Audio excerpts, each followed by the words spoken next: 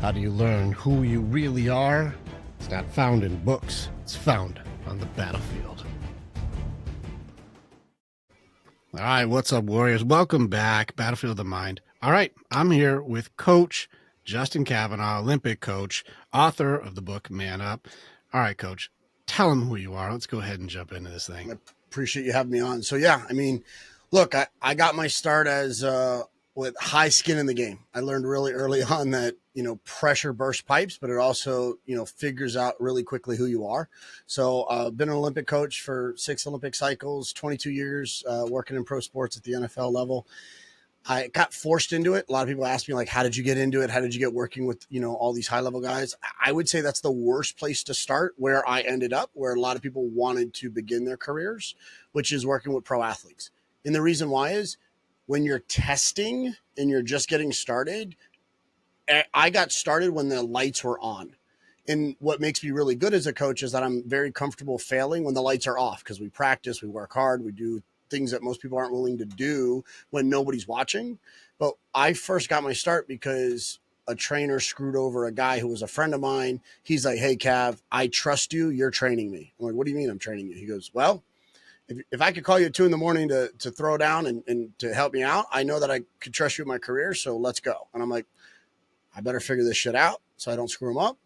And that's basically when I realized that everything starts at trust in a relationship. So all relationships begin at a level of trust. Anything before that is a way for you to kind of navigate where that relationship is going to begin. So that's kind of how I got my start, fast track to where we are today. Bought and sold a number of companies, been very fortunate to work in pro sports at a high level, just finished Paris Olympic cycle, just finished a great NFL season, and has taken the same strategies and tactics that has helped athletes get on the podium with executives in the boardroom. And that has helped me build high performance teams and a high performance environment. And now we run a global marketing company that supports small businesses and experts with 107 on staff globally all around the world. So pretty proud of that. And I think that there's a lot of lessons when there's skin in the game, because you find out really who you are. And I've started that way, and I just don't see myself slowing down in that area. There's a lot, man. It's awesome, too. Way to go. There's a few things I want to point out here, especially like just parallels that I've seen, too. The idea that people are doing comparison online and want to start at the top. Man, I just want to be like I want to be there. I want to be there. I want to be there. And they don't understand the journey. They don't understand the trials. They don't understand the reps.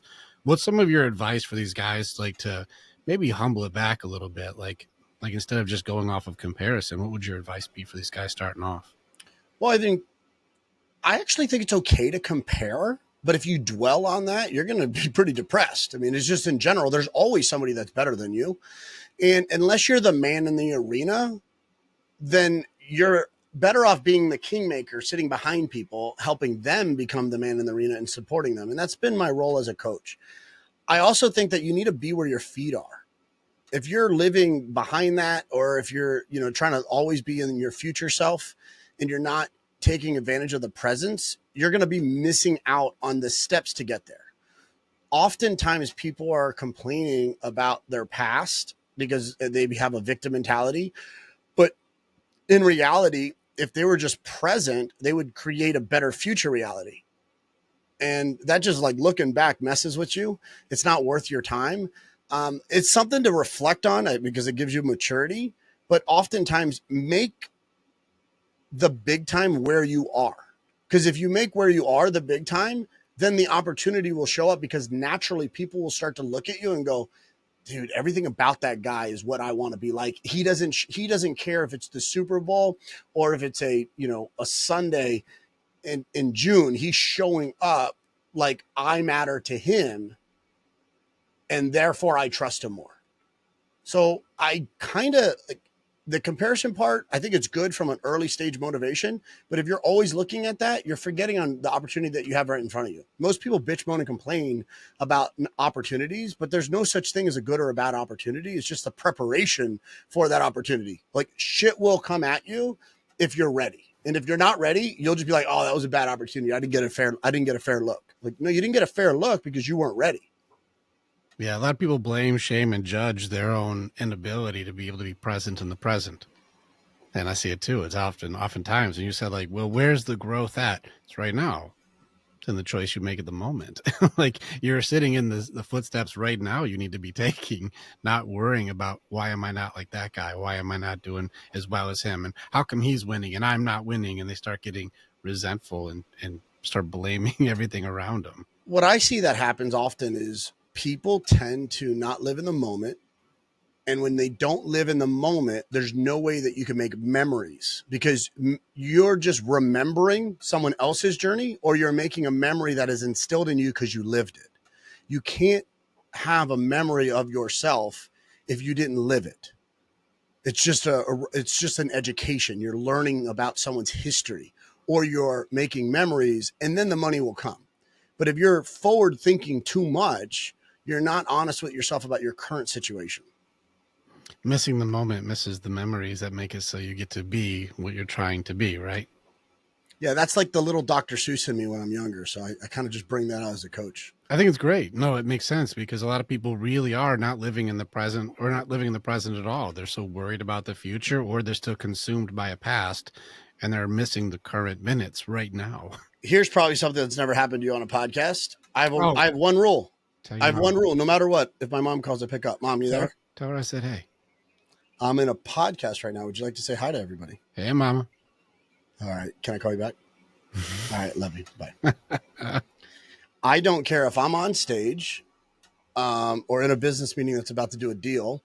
If I don't have the ability to do that, then I'm not in the right room with the right people. So if this is a lesson for anybody, is I went to college to play college football, and the sacrifices that my family made in order to create that opportunity for me, both financially but also like logistically, I watched growing up. One of the things that I have the most pride in is watching my parents go from what I would consider, middle lower class, upper lower class, lower middle class America, and then middle class Americans to where they now 30 plus years, union workers, mom's a teacher, dad's a firefighter, retired, and just, put in the day to day level of respect and accountability and pride for their job when they showed up to watch us basically live an amazing life.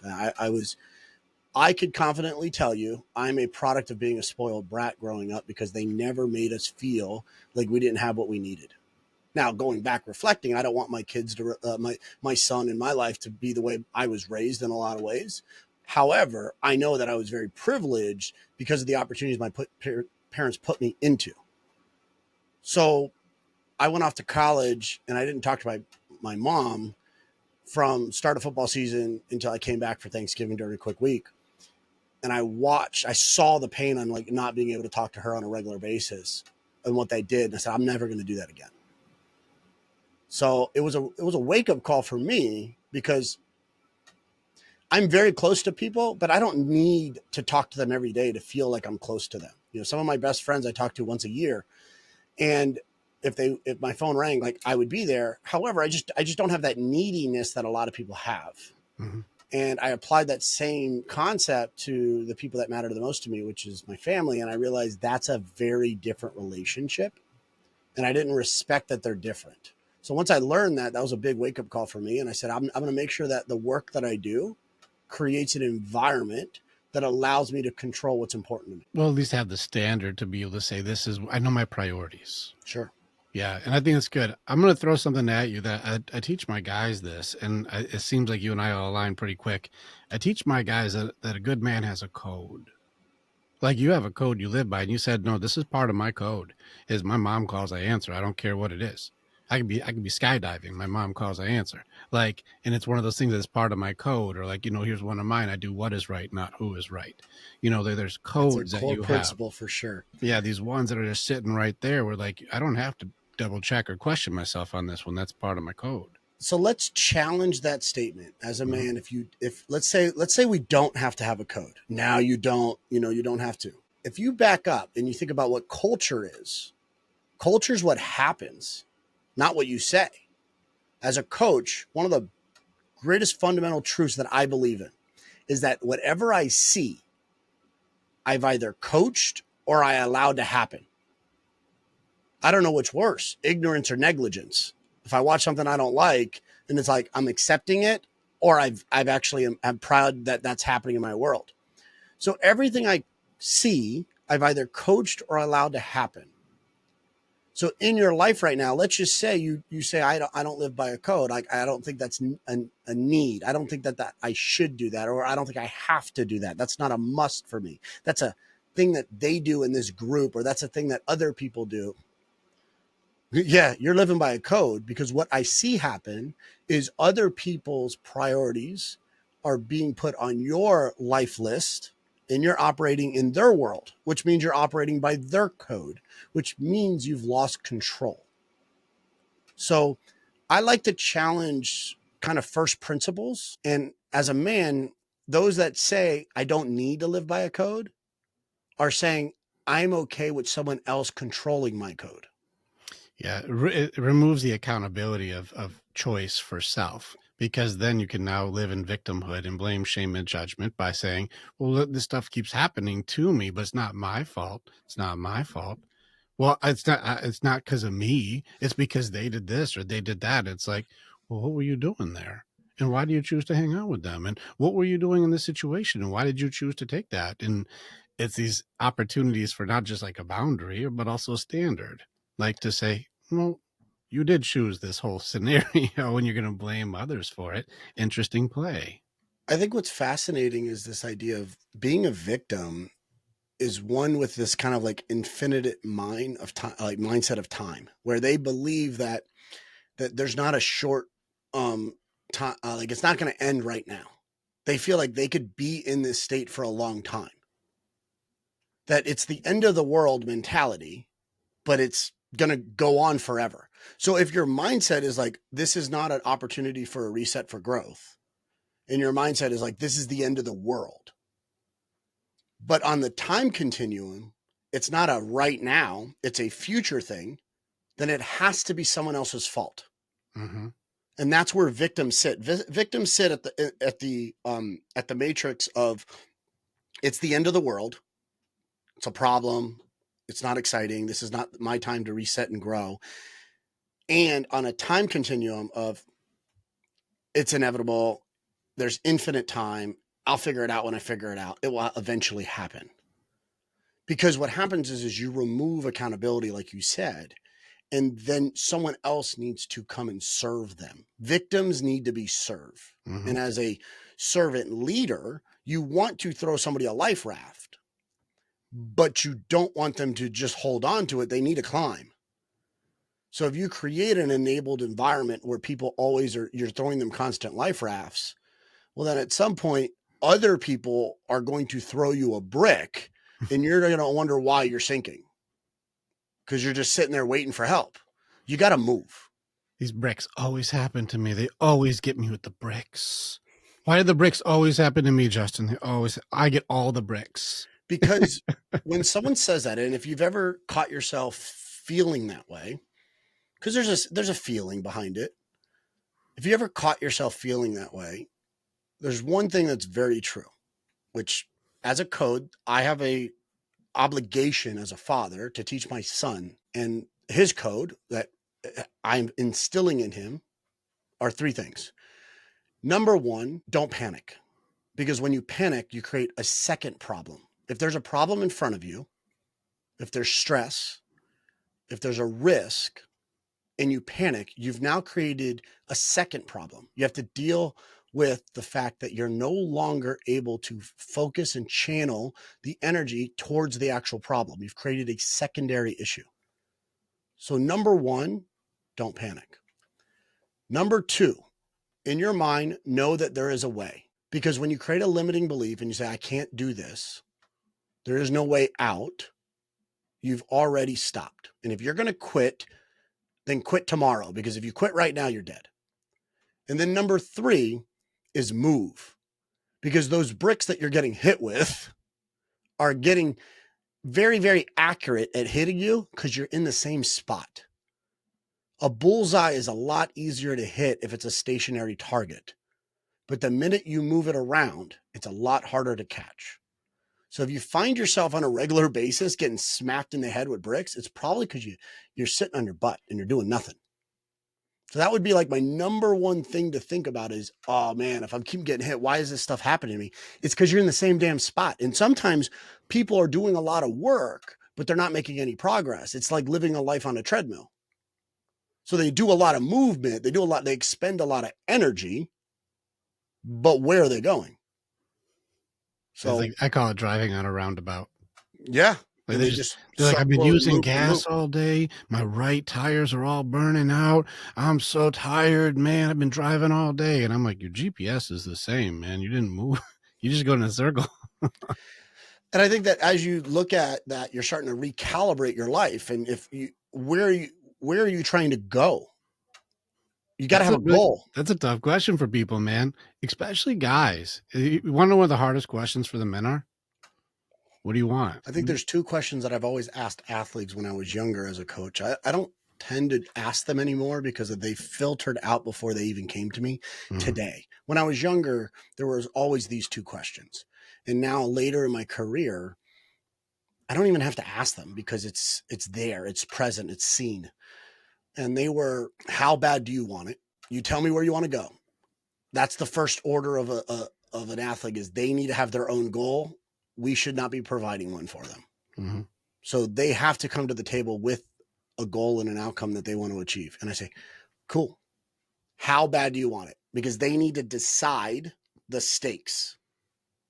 And then the second question is, do you have what it takes? Because if you answer those two questions as a young athlete, it's inevitable that you'll put in the work. And normally what happens with effort, focused in the right direction, you will make progress. True. So earlier on in my career, those were the two questions that I would propose to an athlete as we got started and in the daily work so that they understood what was happening.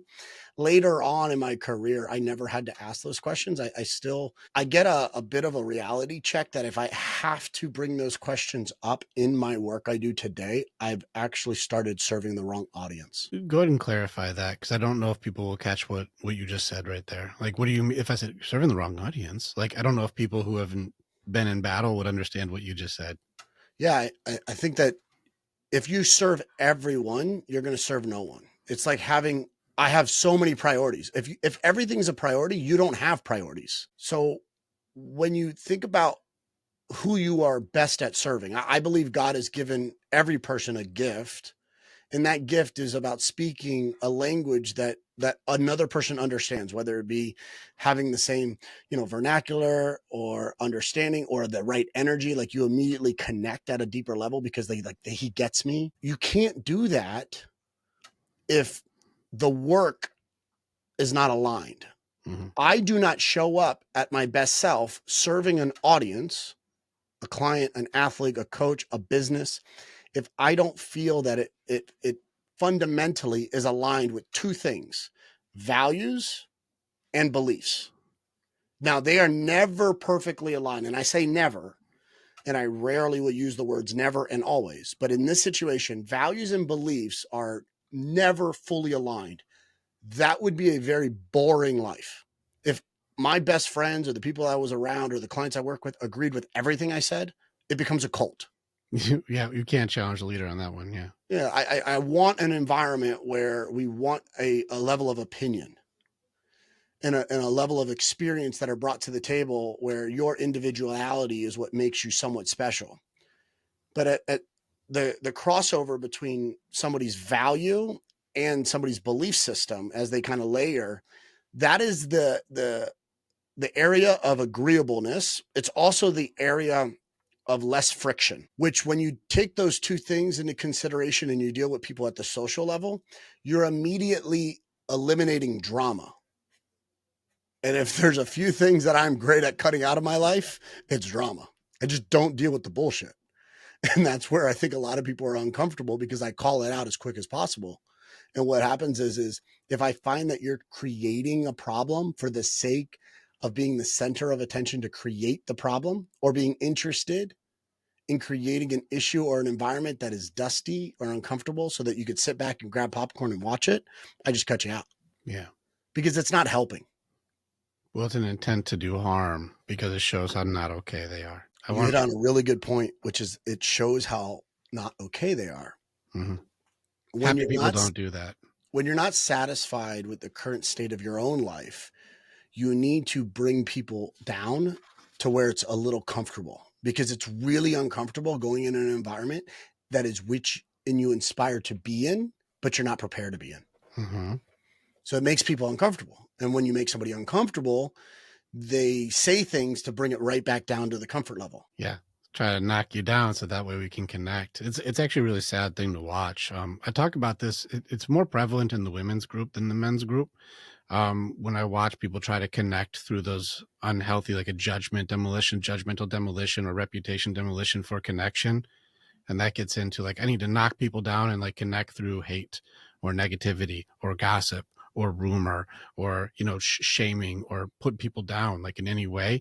And that's like why we're friends. And so like an unhealthy connector would be like, hey, Justin, man, you see that guy over there? Guys, his shoes are stupid, man. You see that? And you're like, why'd you just come over here talking about that guy's shoes? You're like, aren't they stupid though? Let's connect through us agreeing that that guy's stuff is stupid. And you're like, you're trying to connect with me on what? Hate? You're trying to connect with me on what? Dislike, on judgment, on ridicule, on making fun of somebody. That's where you want it. That's where you want us to connect with each other on. Interesting. Well, what's fascinating is that the deep rooted belief that that is the fastest way to connect is the problem. It's like they feel like this is the easiest way to connect. So therefore that's where they go. In most cases, it is because most people are unhealthy in here, like in their heart and their spirit, they're unhealthy. And so like they may be strong, they may come in and they're like, I'm jacked or I'm fast. And you're like, that's true. You have a natural ability, but are you healthy here? And a lot of times you'll see somebody who may be like, mentally focused and physically strong, but emotionally and spiritually very weak. And so they're still going to try and connect through a negativity instead of something that's positive. And it just shows the weak spots for people. It's not necessarily negative, but in a healthy environment, it would be like, you do know you don't have to bring hate to the table to be liked. You know that, right? What's cool is when the people closest to you call you out. Mm-hmm. Like, hey man, like that's not cool. Well, what's not cool about it? And then they start explaining. And normally people that get it don't have to have that explained to them multiple times. They kind of self-regulate. Yeah. Or they won't come at you like that. That's a strong leader, by the way. And I think that what you're doing is very healthy to go like, you just put that guy down over there, man. Why'd you do that? That messes people up, by the way, when you're just like, I noticed you just started tearing that guy down, like to come and talk to me. Why are you focused on tearing people down right now when we're trying to build you up? That's because they don't have their own vision. They're sitting in the stands watching other people build their life in their buildings, and they're basically in a situation where they're like, well shit, I'm not making progress fast enough, so I have to kind of like, I got to kick his box a little bit. Yeah, I think they call it the tallest poppy syndrome is what they call that. They have to knock somebody down because they're growing too fast, and instead of me growing with you, I'm just going to knock you down so I don't have to grow. Yeah, I think that it's just a lot of unnecessary work. I mean, that's a lot of that's exhausting. Have you ever just backed up and be like, what's the purpose behind this? I do all the time. Okay. The world needs to. It's a waste of time. Yeah. Using a lot of energy you could have used on growing to try to help somebody else not. That's really interesting time management. Completely agree. Yeah, it's very fun to watch, man. But you're playing at a high level, so I see you there where it's like it's got to be difficult to watch. Like, hey, I play at this level, and if somebody's trying to get in, I want to respect your boundaries there. Like you say, I got boundaries on this. If you're coming in like this, we don't do that here. Like, don't bring your drama. I think it's easier because you're your own gatekeeper. Mm-hmm. What ends up happening is, as long as you don't have an ego that says that you're going to big time people, you open up opportunities to meet anybody, because you can learn something from everybody in their walk of life. The minute you start to say like, oh, I know everything, you're in trouble. So I like the idea that operating at a high level filters the people that I'm around. I don't like the idea that I can't let anybody in my circle because I'm operating at such a high level, because I've lost out on very valuable lessons. So never big timing somebody is really important to me. it's the LT story that I had growing up with my dad. So I played football in middle school, and my dad's picking me up, and we're going to get gas. Jumped out of the truck, and I still got my cleats on. I still got my my pads on. I think I'm wearing just like an undershirt or shirtless, and my helmet and shoulder pads are in the back of the truck. And I'm going to fill up the truck, and I'm like, "That's LT," and my dad's like, "Yeah, that's LT." Lawrence Taylor's like one of the greatest linebackers there was. The guy would just rip your head off. And I love that about him. That was kind of how I got a little bit of tenacity playing when I was younger. And I remember, I'll never forget this moment. I remember it's like, "Hey, LT." And he looked at me and he kind of grinned to his teeth. He fried eggs with his lips. He's like this, And he kind of grinned. He looked at me and was like, "What the fuck you want, kid?" And I'm like, "Oh, all right." Now I didn't get shocked. I didn't like it. I was kind of around a lot of environments like that, so I wasn't really like, "Oh my god," and kind of crawled down. But I just kind of like did one of those looks, filled up the rest of the gas, got in the truck with my dad, and he goes, "Don't let what you see about him in his other part of his life look down upon what he's actually performed on the field, and don't let what he's done on the field be the reason why you look up to him in his life." And I'm like, all right, that woke me up because there was a moment where there was people that I really liked as athletes, and I was like, I wanted to be like them, but you didn't have a really close relationship with them, so you didn't know them. You just knew what their performance was. So then I started to try to find athletes that embodied both great performances, but also like subtleties off the sideline at the end of the plays.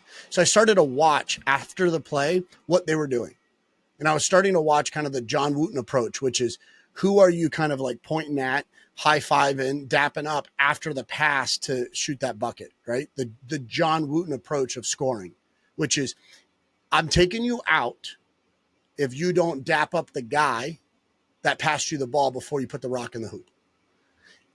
And then I would start to analyze games and sporting environments where the behaviors after the play were ones in which I wanted to embody. And that was a very interesting skill that I picked up at a young age, because then as a coach recruiting athletes, it was the easiest character test. It was like this kid was a baller, he did this play, and then you see him on the sidelines being a jackhat. And you're like, oh, fuck that kid. I ain't going to help him out.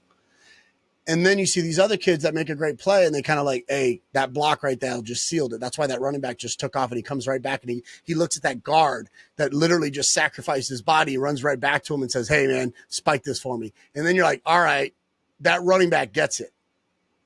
And then that lineman that doesn't ever get credit, he's over there like, I don't need to be the center of attention. My guy that I'm doing this for recognizes me. Because what you'll find is the people that care about you the most, that you care about the most, are the ones that should be recognizing you, not the people that don't even know you. So I always welcome new people into my world. My wife doesn't. She has a way stronger filtering mechanism because she thinks it's an absolute waste of my time. She's like, hey, don't play that game. That game is not healthy for you, and you're going to get burned. And I think I'm Mr. Tough Guy. I'm like, I'm going to do what's right. I'm going to be okay. And every time she's right, it pisses me off. But I keep going back. I mean, I'm a glutton for punishment on some of those areas. She'll look right at me and she's like, you deserve your pain. You chose that after you knew it. These are the same patterns. But as men, we think we know best. So I always have to challenge that. But I do realize that there's limits to it. And I think that the two things that I found to be fundamentally true is the overlapping concept of beliefs and values. And that's your zone of agreeableness. I like that LT story. And I think it's your dad. Your dad hit you some solid wisdom there. I like that. And testing authenticity and truth. This is such a thing I think today is needing, especially strong male leaders, to be able to say like, "Hey, are we going to tell the truth here or what? Like, can we be honest with each other or what? Like, what's the other alternative? What's the other game? We live lies. We're fake. We're fraudulent. We're inauthentic. We're users. We hurt people. Like, we're greedy. We're selfish. Like, what's the other alternative here? Because we can go ahead and be honest and truthful and humble with each other and build each other up. That's the other option." There's something about cultures that build things that they take care of. Mm. So if you look at environments that take care of their environment, it's because they built it. But oftentimes when foreign help comes in to build, it gets beaten up really, really quickly. It gets beaten up quickly because they don't have any emotional attachment of how hard it was and gratitude for the opportunity to build. Whereas if you look at, in Japan, everything's clean. In Japan, the buildings have very good care. The plumbing is amazing. The electricity is incredible. Why? Because they understand that the work that they do is going to house somebody. The work that they do is going to support a goal that someone has inside of that environment. It is a representation and pride that they have to deliver high quality work. And therefore, the environment always stays clean. When you build a team, the fish are not sick, the environment is dirty. So I tell this all the time, like water is what's going to control the health and safety of the fish. So if you come in and you say, hey, you know what, the fish are always sick in my fish tank. Well, like, no, the water's dirty, buddy. And you have to clean the actual tank. And then also, if you drop a shark into a small fish tank and there's a bunch of Finding Nemos running around, that Nemo's going to die because it's going to have a high level of stress and that shark's not going to grow. So number one, have pride in what you build so that you end up taking care of it. Don't have somebody else come and build it for you because you'll never actually value it. And then if you feel like there's always sickness going on, it's probably the environment, not the person. These are good advices, man, especially for communities and cultures like you're talking about.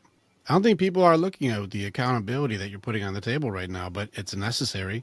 It's needed. And I think it's good. I like this, the character traits, the humility, the appreciation, skin in the game. It's a very necessary thing, the skin in the game thing. I saw you say it was like the first thing you said. Like, people don't understand you have to be invested in this and put in the hard work and actually push past what it is that you're used to doing. And I think this is like where your expertise is. Like, let's go ahead and find your limits and then expand them. This idea that it's complicated is not true. It's uncomfortable. Mm-hmm. It's not complicated. Simple, yeah, not easy. Yeah. And I think that at that position that people are in, when they become uncomfortable, they have different behaviors. But if you had the same intent going into something that was, hey, I have the intent to go swim, but I don't want to jump in the water. Okay, cool. Before you do something, everyone says, I want to have confidence. I posed this question to a leadership group that I was in a number of months back. And I said to the men, I said, hey guys, everybody has something that God put in you that is unique to you. And that if you took that out, whatever your skill may be, maybe it's a gift, whatever it is, if you took that out of your body and you could sell it, you would be a billionaire. That means that there's something that God put in you that is just so impressive that if other people had it, they would take over the world and they would spend so much money on that one trait. What is it?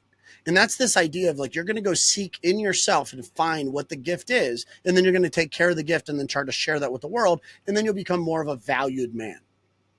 For me, it's normally the thing that people complain about, but also are impressed with it at the same time, which is my confidence. Anyone that spends any level of time with me knows that I'm a very confident person to the point where it's very annoying. And this level of delusion that I have, that I can accomplish something and I don't have to be limited to what other people confines as like their box, is what's making me successful in the past. And it's probably what's going to make me successful in the future.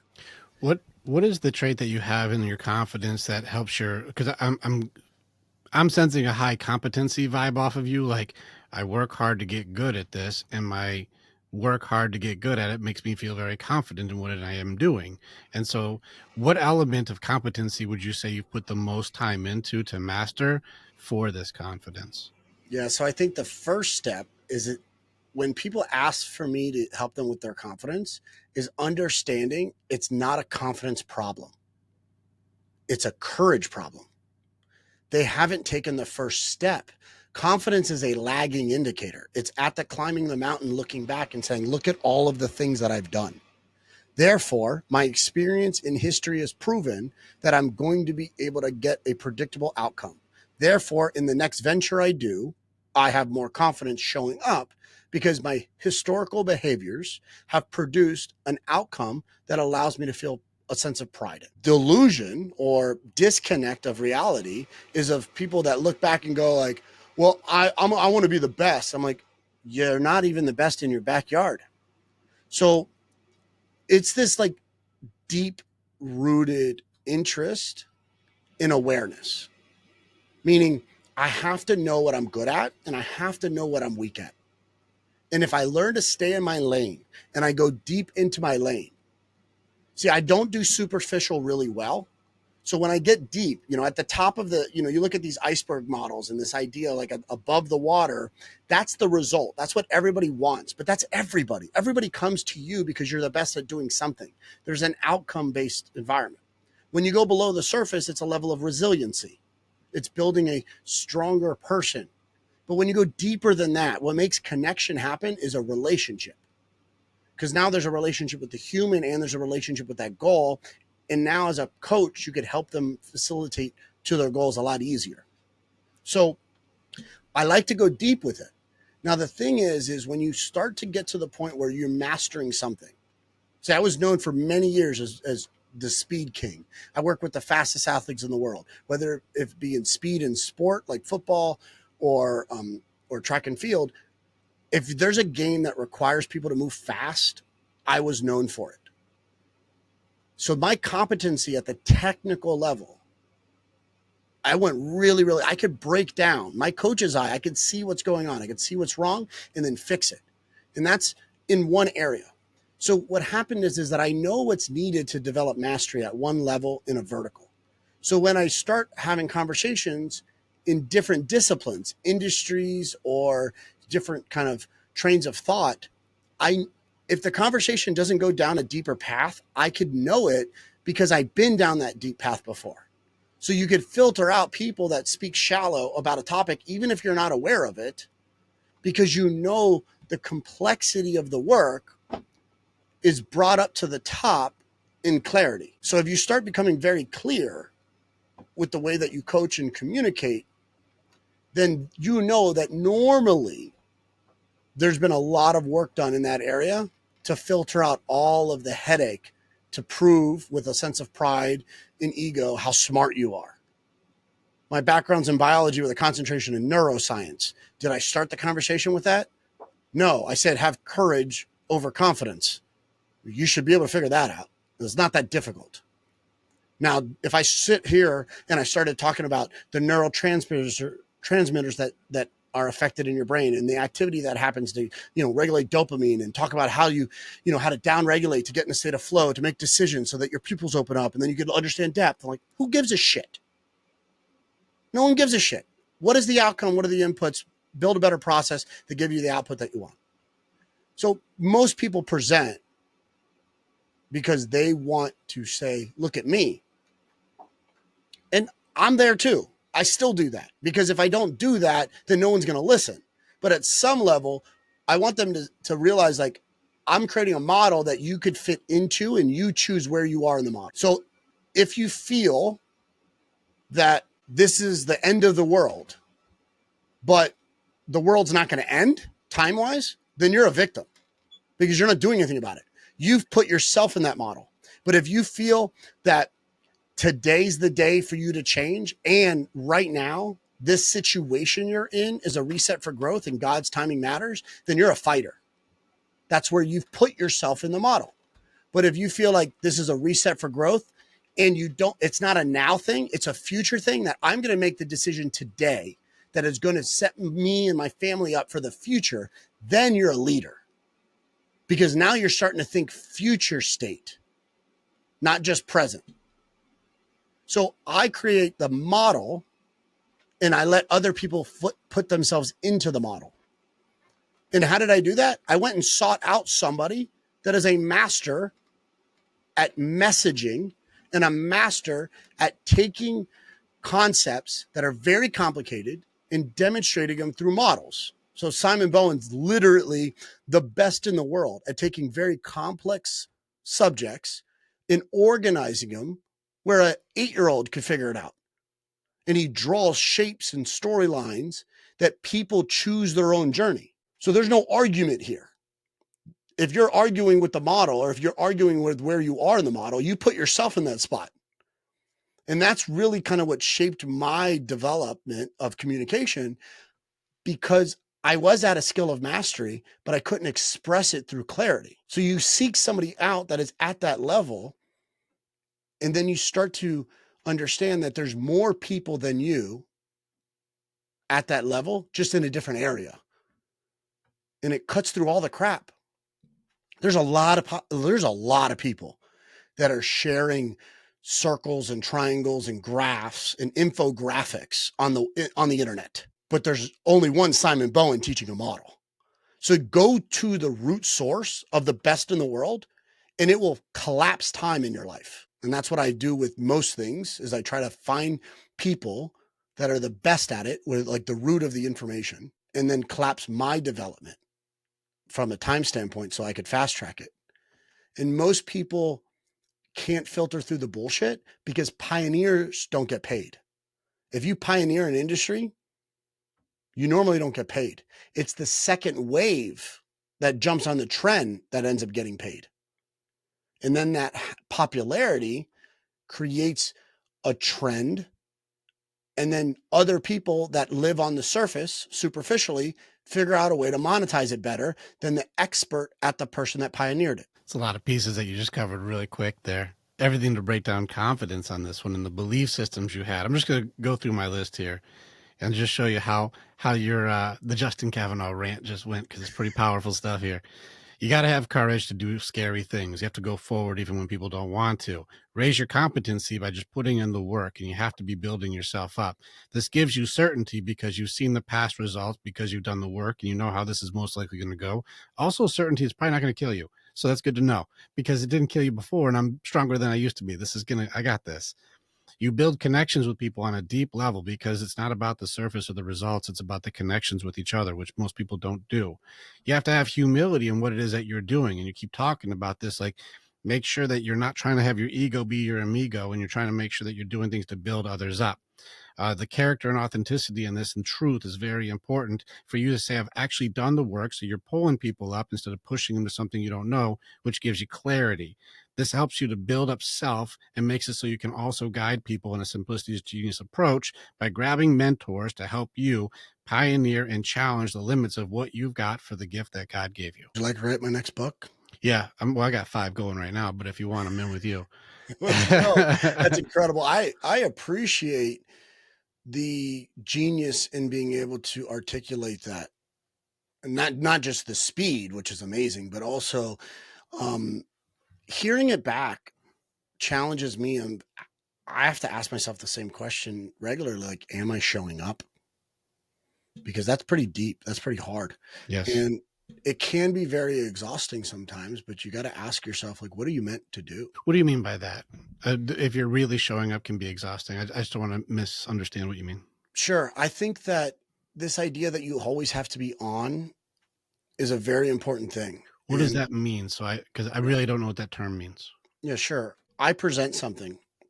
I think that one of the best ways to evaluate a good presentation is, what questions are people asking during the presentation, because you could start to filter them of what's landing. But the best way to validate if it's the right fit is, at the end of a presentation, the people that are closest to you still want to be along for the ride because of how you show up on stage and how you show up in life. For instance, if I'm talking about a performance podcast and how I talk about training, or if I'm on stage presenting my strategy for coaching an athlete at a high level, but I have athletes that are in the audience that hear it, and they're thinking to themselves, like, we don't do any of that. Like, you're over here presenting, but we don't do any of that. I've lost all trust in them. If I'm on stage talking about team building and leadership and holding high standards, and I have 107 people that say, coach, I know that you're the CEO of the company that I work for, but you're not my leader. That's not how we operate. there's a disconnect, and they will self-select them out of the environment because the leader is delusional, basically. Fraudulent, right? And my thought process is the best way to validate. Like if my mom jumped on this podcast, she would basically call BS on a lot of the storylines because the viewpoint that she has is like, well, you were a little different. They're a little different because she's looking at the nuances. But in the big picture, she's going to hug me and love me and be like, yeah, I get it. And I think that's what should happen. I think you should bring on moms and wives post man podcast to be like, is that how they show up? I have my girl on all the time for that shit. That's amazing. Yeah. See, if I get asked like, what's your morning routine? And I joke around all the time just for the snippet, which is, I wake up and, I don't have an alarm clock and I have this like lamp. I have this salt lamp that slowly rises and wakes me up. And I have essential oils that diffuse and that the smell just starts my day. And then I do my sun salutations and I feel good. I get my lemon water, start my day. Like, no, that's not what happens. I go to bed at 3 to 4 in the morning because I work super late and my 8-year-old's jumps on my bed and says, Daddy, get up. I need breakfast. And my wife's like, hey, I'm ready for work. I just want to make sure that you're good. And I'm in a cranky mood.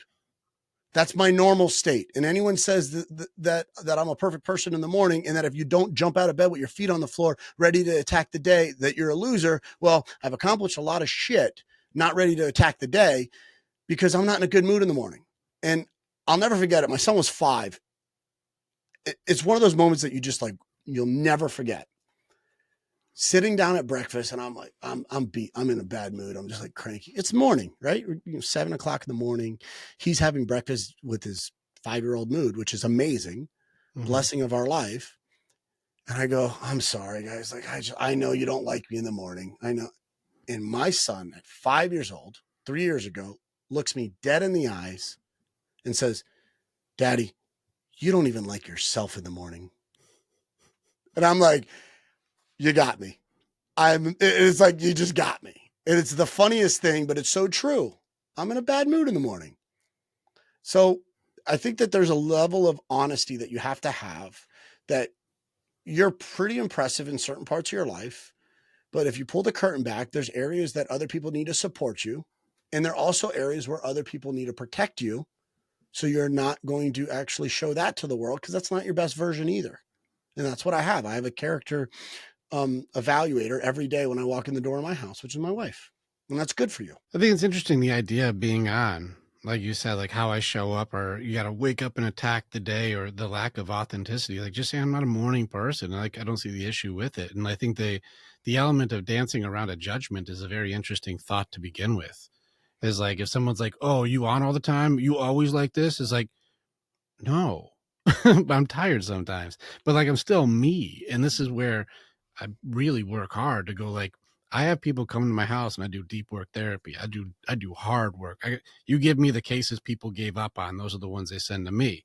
And like they leave different, but they see my family. They see how I operate. They see who I am, and they see how I really, from morning to evening. It's like, well, I don't have to be on. I worked really hard to really be that. I'm not playing a character. I don't need to be on or have a role or attack the day any different than authenticity. Like I really do it.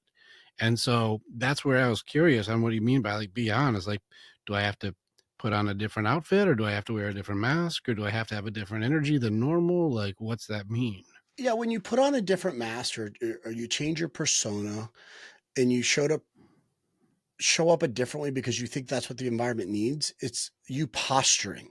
Mm-hmm. So oftentimes I'm with an Olympic athlete right now that we're in training session and they did not show up really well, in my opinion. I don't think that they're fully emotionally or mentally prepared. And we've had a great relationship for years. And they flew from halfway around the world to spend a month with me to really break some stuff down. And the particular person is being coached by also one of the best coaches in the world. And I have an incredible relationship and we're just changing an environment to, really work on things. However, this person I've had a great relationship with for years, and they're confusing my feedback for me being disappointed in them. It's like, no, no, no. I am showing up the way you need me as a coach right now. You just don't like it because it's a reflection of how prepared you are for this environment that you're in. But it has no bearing on how I'm going to feel about the rest of my day. I'm just showing up for you right now, what you need. And I'm good. I'm not upset because I'm being loud, or I'm not upset because I'm intense. I'm focused where my feet are. I am the most selfish coach in the world. If you're in front of me, I'm going to be here, which means I'm going to work on you, which is the definition of me focused and being selfish. If you're asking me about another client, if you're asking me about another athlete, I don't care because they're not in front of me. They did not do what was needed in order to be in front of me. If they did put their trust in me, different conversation. But I'm not going to waste my time and effort thinking about how they do it. But also, don't confuse why I'm showing up the way I'm showing up. I'm showing up because that's what's needed in this environment.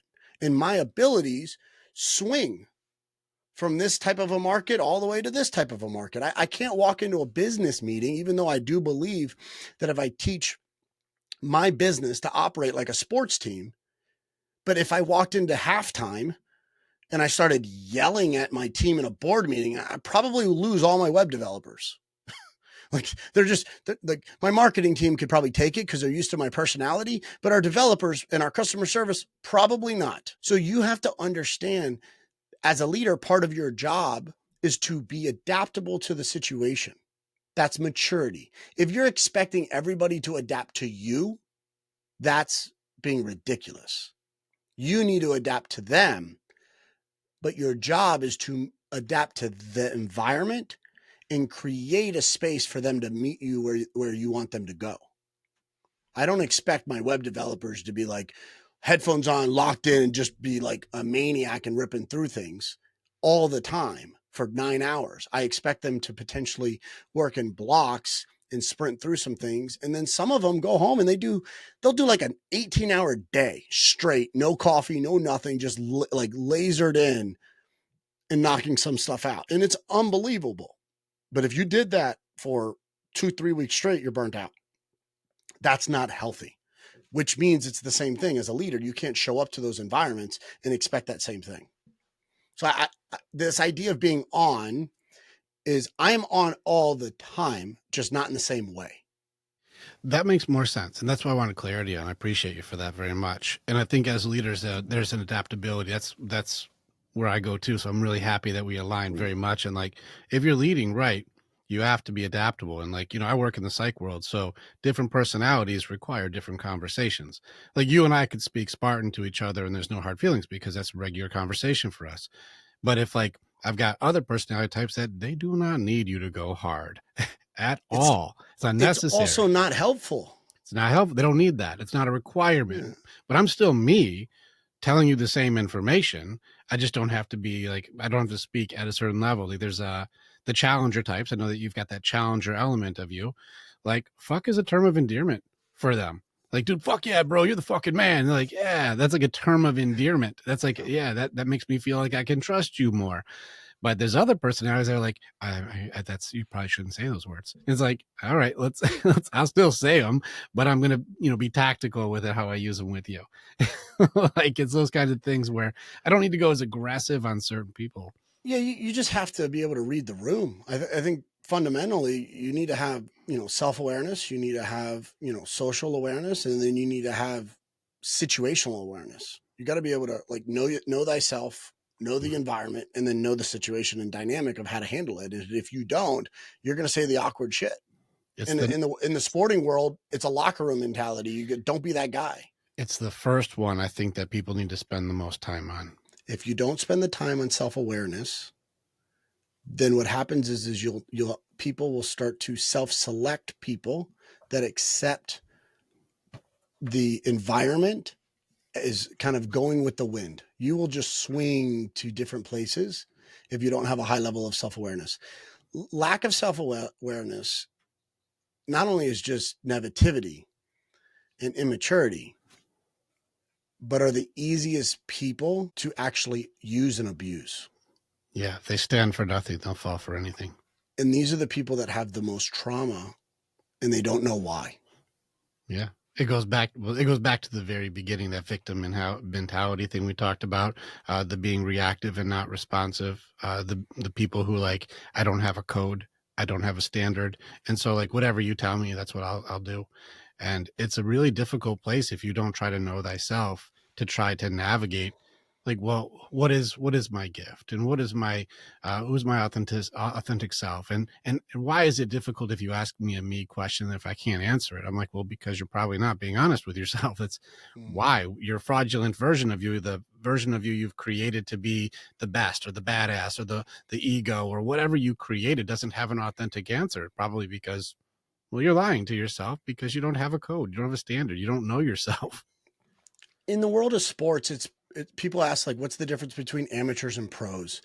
And the biggest way that I could explain that to average people or people that are not in sport is a pro is somebody that first is they have passion. They're super excited about something. They show up every day with this idea of like, this is what energizes me. The R is for resiliency. It's like on this way towards this passion, the goal that I have this relentless pursuit, and I have to be resilient because there's going to be some speed bumps along the way. It's inevitable.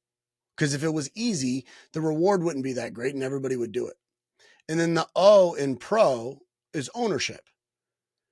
No one's going to do the work for you. And if you want the reward of the outcome, then you have to own the work going in.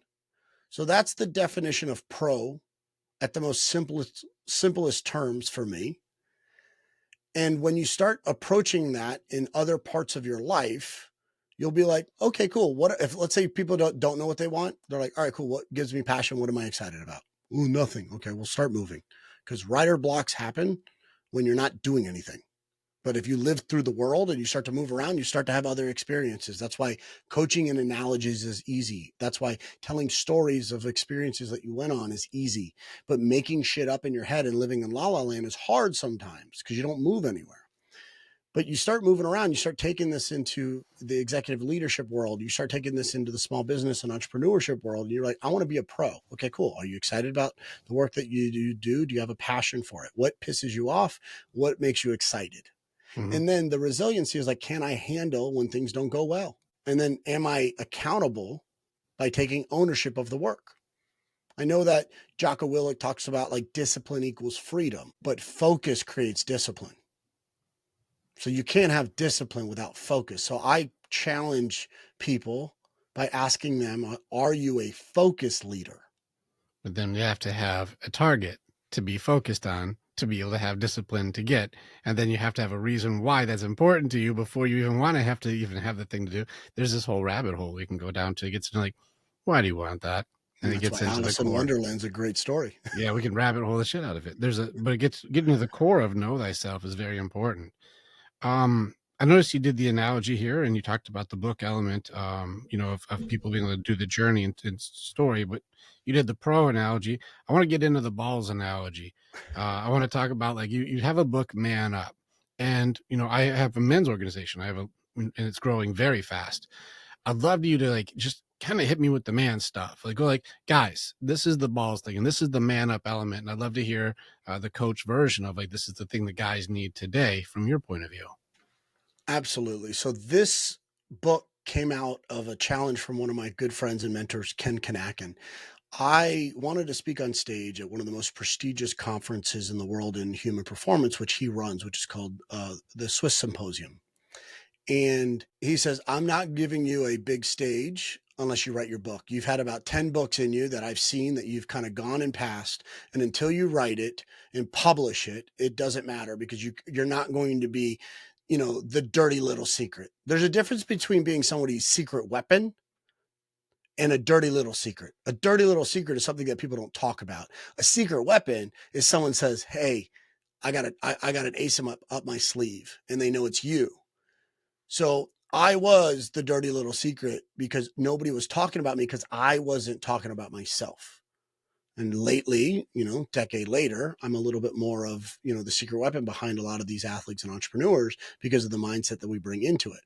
So he challenged me. And Then I had an accountability partner, right? Dr. Eric Serrano was like, hey, get your shit together, you know? And it's like, oh crap. All right. So I'm in Barcelona, Spain with my wife, and I'm traveling on a train from the city to kind of the countryside. And I'm writing this on this long train ride, which is probably a few hours long. And I'm just kind of going through the thoughts. And it was really cool. And then we sit down at a restaurant, and the waiter was there speaking in Catalan, not even in Spanish, which I could understand. Damn, I thought I was going to go to Spain and talk in Spanish because it was my first language. But no, I'm going to go to Spain and go to a small area where they speak a different language. And now I'm confused. So, but the guy looked at me, hey, you have no huevos. He's like, you have no balls. And I'm like, all right, you called me out. Or you call. I got to step up, right? It's not like it's going to harm me. So it's just a matter of am I going to have the embarrassment because I don't have the skill? People are embarrassed because they don't possess skills. But if you possess skills, you normally don't show up embarrassed. So I'm like, all right, I could do this. So I showed up, and that's where the acronym BALLS came from. So man up is this idea of grow some balls. B's for balance.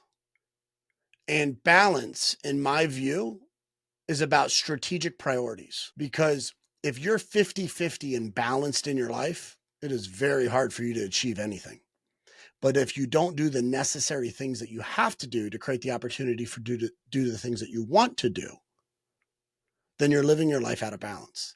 For instance, for student athletes, they have to go to school, meet a certain criteria so they get an opportunity to play sports. And if sports is the thing that you enjoy, then you got to do your requirements first.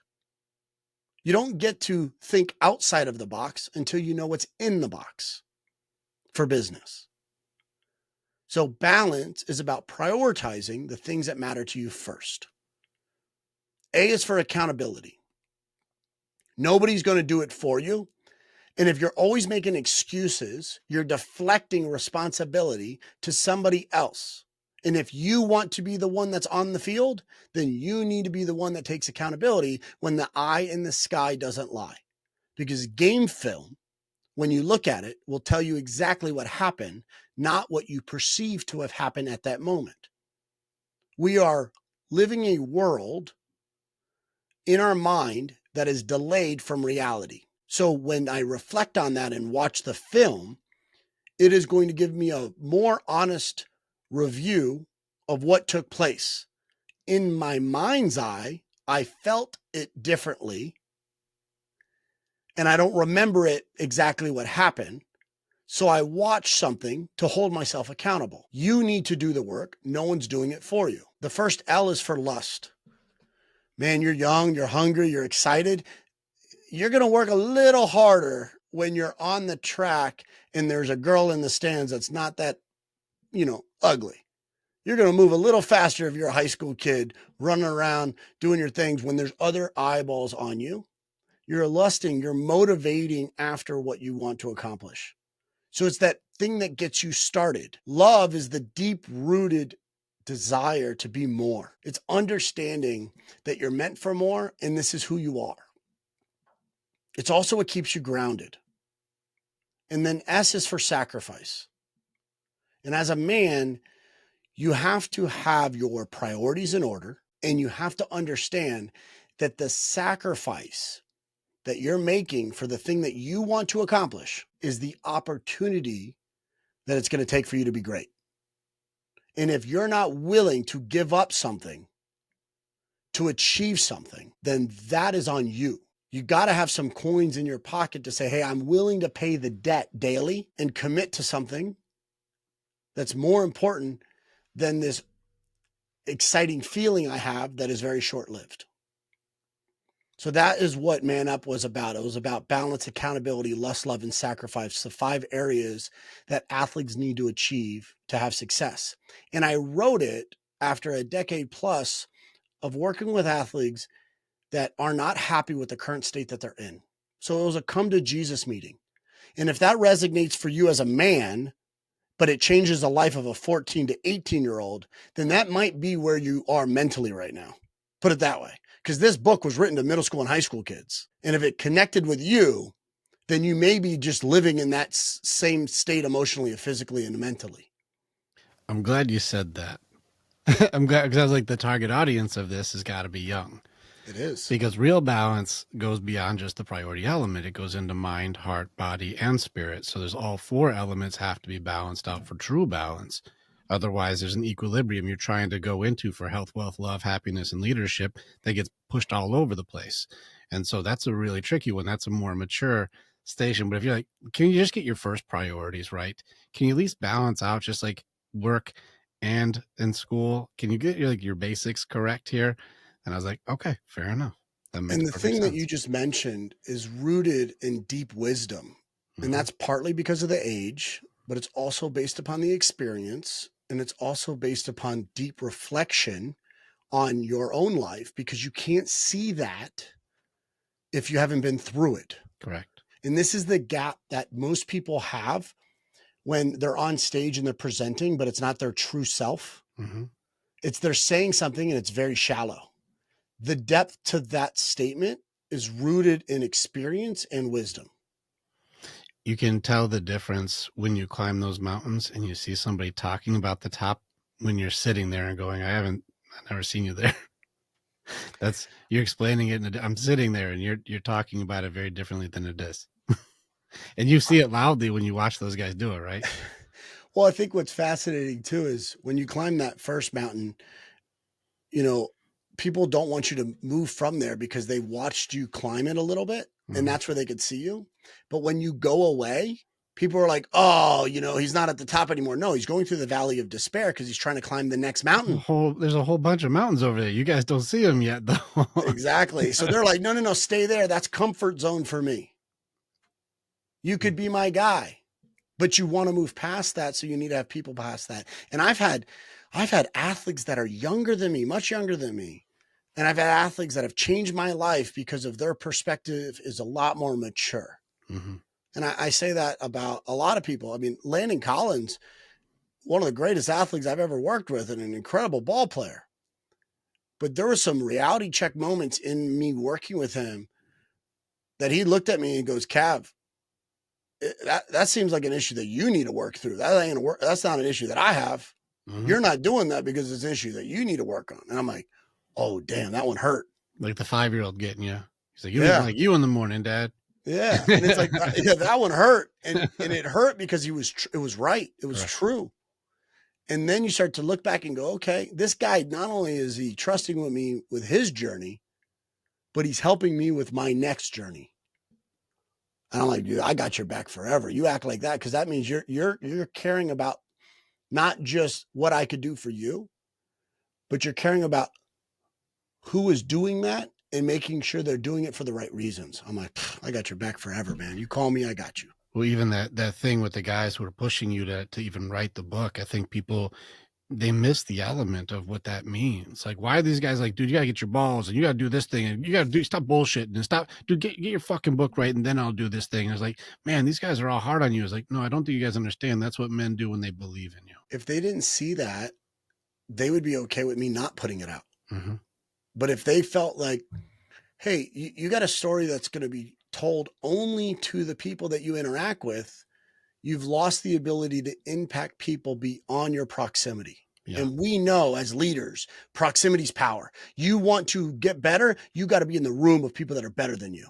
So if you're not talking with people in a community that are aspiring to be great, then you are slowly diminishing your opportunities for greatness. So what I would say to that is you are not stepping into your full self.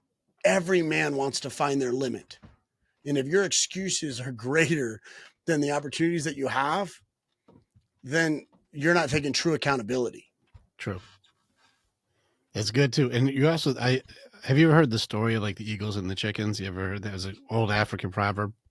Far away. I don't. Oh man. So yeah, it's a cool one. I heard this years ago, but it's a concept of there's a earthquake and an eagle egg rolls down the mountain and rolls down near a road, and farmers walking by finds this egg on the side of the road and grabs the egg and takes it and puts it in his farm.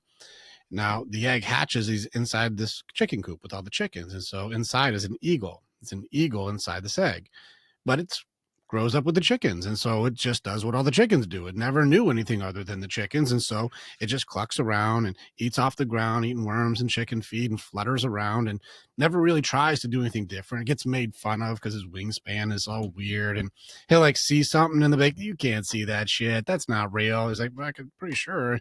Like, no, you're a fucking freak, dude, you're a weirdo. And he gets made fun of and gets put down. He just keeps his beak to the ground because he's just kind of embarrassed of who he is because he's different than everybody else, and just make fun of him. He just goes through his life like this. And one day you see an eagle flying over top, and he's like, whoa, what is that thing? One of the other chickens is like, that's an eagle, man. That's king of the skies, man. There ain't nothing better than an eagle. That's the best. That's the coolest thing ever, man. But you don't have to worry about that, man, because you're just a chicken. He's like, oh shit, that'd be cool though. All right. And so that eagle will just cluck like a chicken and act like a chicken and live his life like a chicken, never trying to fly, never trying to take risks, never going for the vision or the dream that he saw that everybody else didn't believe in, because he believes he's really just a chicken. And it's one of those things whenever I train people, like, you're fucking eagle. Look at the wingspan on you, man. Why are you acting like a chicken? I'm like, you got a vision that's in there and you didn't go for your vision. Why? Well, because other people didn't believe it. And I'm like, you have a vision that they can't see because they're not eagles. And so when you start hanging out with other eagles, I say, hey, Justin Kavanaugh and I we hung out this weekend. We flew over mountains. We caught fish in the lake. We ate in the tops of these pine trees. We talked about the dent in the universe we're going to leave when we change the world. And they're like, no, you didn't. That's impossible. You can't, you can't fly over them. That's impossible. Chickens can't do that. And when you start speaking eagle to chicken, they think you're crazy. They think you're nuts, and they try and tell you you're not. That's not possible. It's impossible. You can't do that. But when eagles hang out with eagles, I want you to go higher. There's so much room in the sky. I'm like, dude, you don't make me look bad when you fly higher. I'm proud of you because there's plenty of fucking sky here. You're not slowing me down. You're not making it so I'm doing worse because you did better. I'm excited. I'll give you some wind to make you go higher, dude. Yes, my dude, you got this. It doesn't slow down my dream. It doesn't take away my vision. It doesn't knock me off of my game. No, you succeeding and hanging out with other people with a belief in each other, support each other, build each other up. In the sky, it doesn't mess me up that you do better. It doesn't slow me down. But on the ground, in the pecking order, oh, they're trying to fight over the chicken coop, trying to fight over the square footage, trying to fight over the small little spaces and who's going to be assistant manager. Like, you're trying to fight over these scraps on the ground. And I'm like, you guys don't understand. Built like an eagle, yet you're acting like a chicken. There's so much room in the sky. We don't even compete up here. We just build each other up. And you can see which people you hang out with, because you got people who are like, why aren't you trying to fly, you big winged supervision motherfucker? Why are you not building your book? Why are you not putting your shit together? You want to be there? Start flying, dude. What are you doing? And that's what good brothers do. And that's what good, strong men do, is they go, I believe in you. Why aren't you joining me? That's powerful. It's a cool storyline that has so much stories inside of the main point. I mean, this idea that, number one, there's enough space in the sky. Right? It's not crowded up here. Yeah, because not everyone's meant to be up here. Most aren't even trying. And the other thing too is, if you have an ego that's above you and you're an ego at, like, say, mid-tier flying, he could communicate down to you and be like, hey, there's some salmon down there. I don't need to do the work of flying all the way up and seeing what he sees. He could just tell me, and then I could go dive right into where I could go get some meat. And that is really valuable. But you imagine if maybe a mentor, a coach, was sitting way above you and he's telling you, hey, there's some fish down there, but you never took a chance to go down and did it. And it's like, well, I got to go all the way down to your level to show you where it is. So even if you are flying high and you're in a group, like, that has created a code for you to live by, you got to ask yourself, are you still doing the work? That's one thing that people can't do is AI, building teams. You can't delegate and outsource your own work. And that's starts with doing deep work on yourself within and allows for you to also be able to express what really matters to you to everyone else. Mm-hmm. There's a lot of people that do not like me because they want to talk about credentials and I want to talk about competency. Well, what are credentials in a day where you could go on ChatGPT, press a button, and get better information than anyone's degree is? Yeah. That's why I say, I'm like, that's really great that you got all these pieces of paper. How many lives did you save? How many I people would, have you helped? How many people did you pull out of hell? How many people have you built up? How many people are doing well because of you? I want your competency. I don't want to know about what your paperwork is. yeah, I mean, for a long time, I feel the same way. A good friend of mine, Nick Tintle, who is arguably one of the best lacrosse players of all time, um, would regularly joke around, but he'll send me pictures of his diploma. We went to the same school. He'd send me pictures of the diploma and be like, "Hey, while you were sipping coffee, because that's how long my career was, I got my degree." And he goes, "Yeah, well," we always have a great banter back and forth of challenging ourselves. But part of that joke is this idea that he did the he did the thing that my parents still want me to get a real job, but they know deep down this is what I'm meant to do.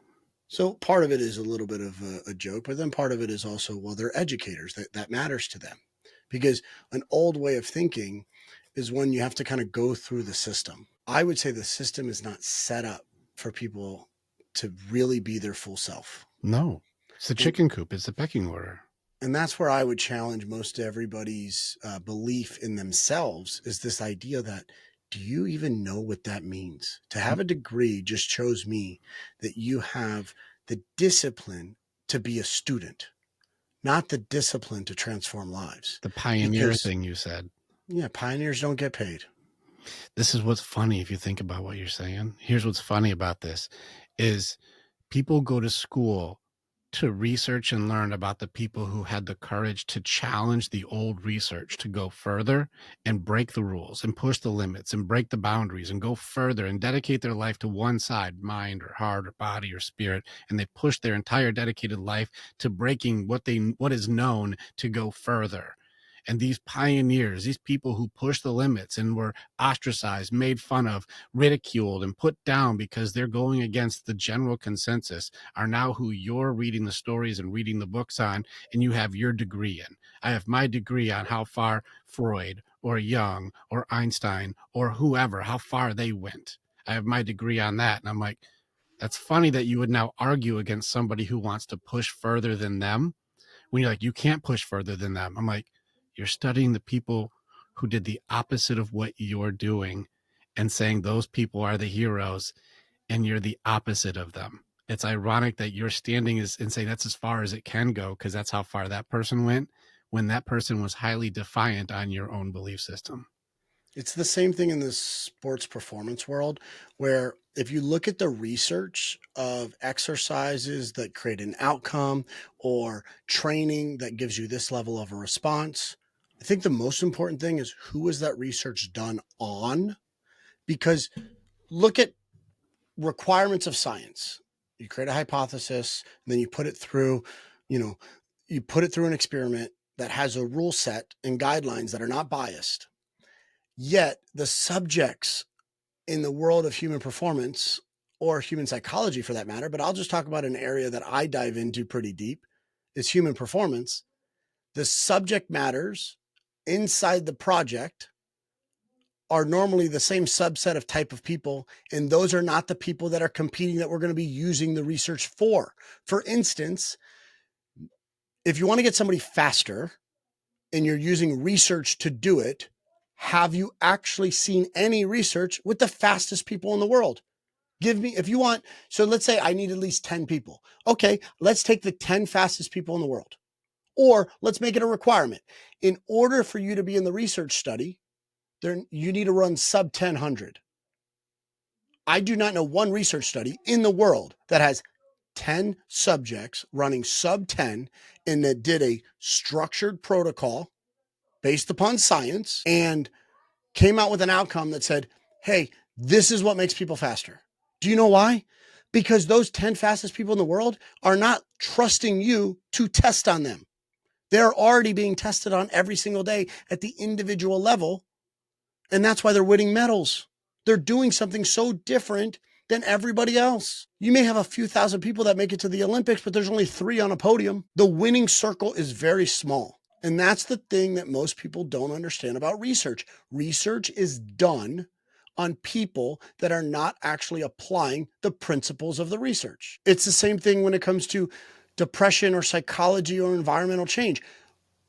A normal person that's doing a therapy session is sitting in a chair talking to somebody.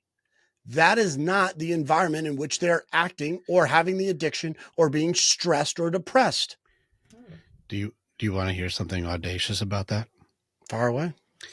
I cracked depression and anxiety, and I have it all published and I'm putting it out. I just did 30 case studies and helped people break depression in less than an hour to 5 hours. Severe depression, 10-year plus depression. I figured out the core pieces of depression. I'm about to publish it out this year and change lives. It's amazing. It stops suicide and it stops anxiety medication. It stops antidepressants. It stops all these things.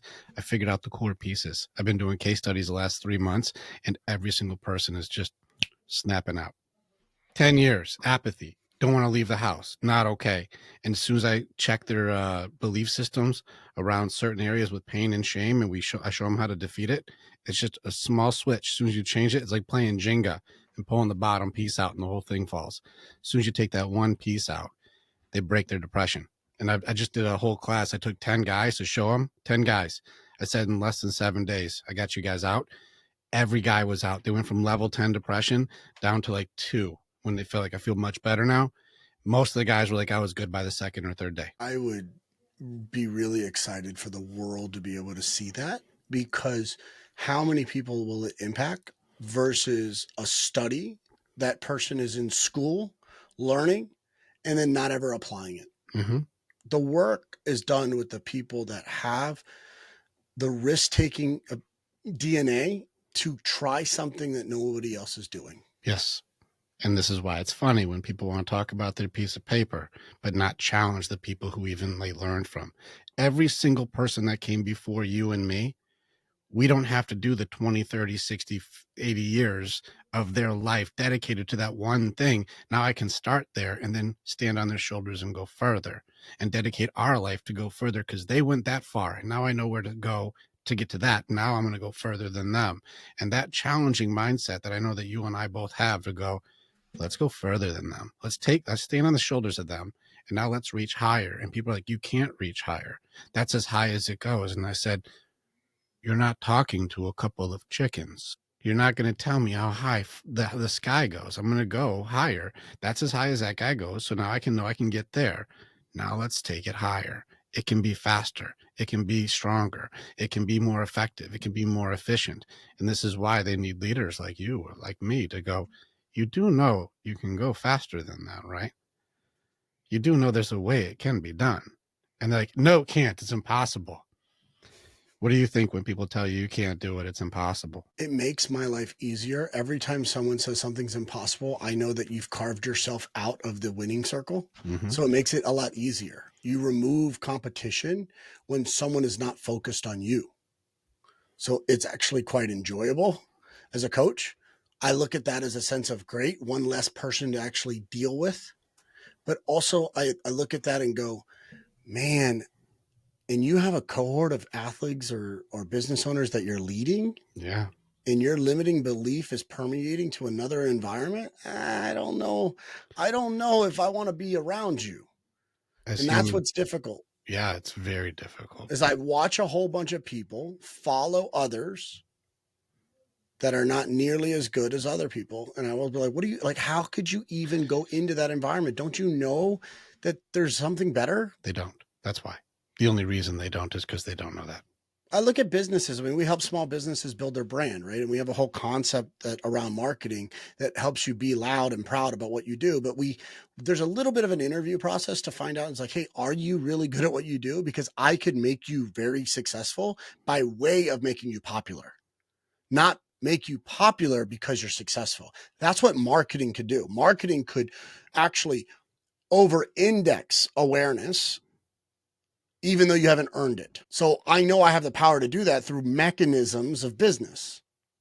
And if we're taking a small business owner or we're taking somebody that is really good at what they do, normally they're not spending the time focused on the thing that's making them popular or well known. So what happens is someone that's having like the intent to search, so they go on Google and they want to look something up, they're normally going to find the more popular solution because that's at the top of the charts. No one's looking at the bottom of Google for like that must not have the credibility because it's the bottom of the list. But in actuality, it's the better solution for their actual problem, but they haven't spent the time on the business part. So one of the big issues that we run into is we could have a solution for everybody, but do we want to? Because then we're going to make people that aren't the best popular. And we know that people that are at the top are going to be able to pull out market share and take clients away from their competition. And oftentimes that's what's happening to you in business is that somebody that's more focused on their brand and more focused on their business, not focused on their skill or their competency, is getting more credibility and getting more notoriety than you. And they're stealing customers away from you If they're, I because have a they're different getting market share. on that one piece. I have a different perspective on this. I don't. I have a men's organization. I work deep work psychology. I'll be very open. There is no competition for me. There is none. I don't have competition because if people are actually helping people, that's the business. And so like it's really pulling people out of hell. There's people who steal my shit all day because I do deep work and write further than they'll go, and they steal my shit all the time. They don't say it the right way though. That's why Socrates hated when people would take notes on his shit. He's like, you're just gonna say it wrong anyways. But I'm like, go ahead. If you're helping somebody with it, I don't care. I have endless amounts of information here because I'm plugged into source. So I'm getting information anyways. You're not gonna outright me on this. And so that's fine. When it comes to what's out there, there's a lot of bad actors, like you said, people who put limiting beliefs or they make it about them. Those aren't competition. They're not. They're not Yeah, taking anything away. They're just going to be leading people the right direction soon. yeah. The issue is if let's say individual A doesn't find you but finds an alternative solution, they're going to be in pain longer because you could bring them through that pain quicker. So your competition is not the actual competitor. Your competition is the awareness of you. Correct.